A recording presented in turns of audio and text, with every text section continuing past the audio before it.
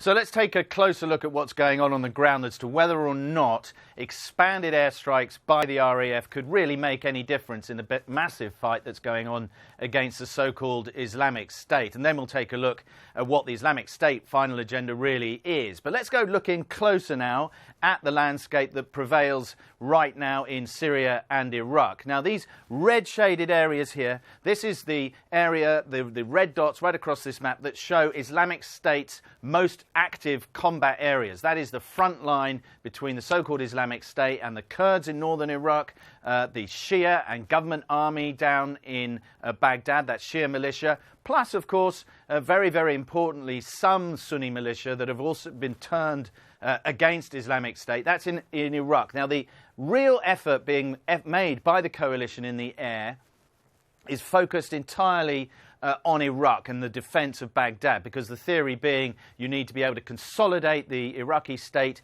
and then use the ground forces available there to move forward. And the reason for that is that in Syria there are such a wide range of different militia groups that pretty much none of them, except for the Kurdish forces, are trusted by the international coalition. There is a growing Islamist umbrella group that is not part of Islamic State at all. In fact, they've been fighting against Islamic State, that are getting increasing support from Turkey, from Saudi Arabia and Qatar. But as far as the other Western players are concerned, they want to stick entirely in the air and have not yet fully engaged with any of the militia groups on the ground. So if the RAF was to be able to operate inside Syrian territory, the only real benefit would be in terms of hot pursuit of people running from Iraqi territory into Syria. Right now, if a vehicle was being followed, the moment it got into Syrian territory, if it was being followed by an RAF plane, would make it invulnerable to attack from the skies. But the RAF are already flying spy missions and spy planes over both territories, both Iraq and Syria.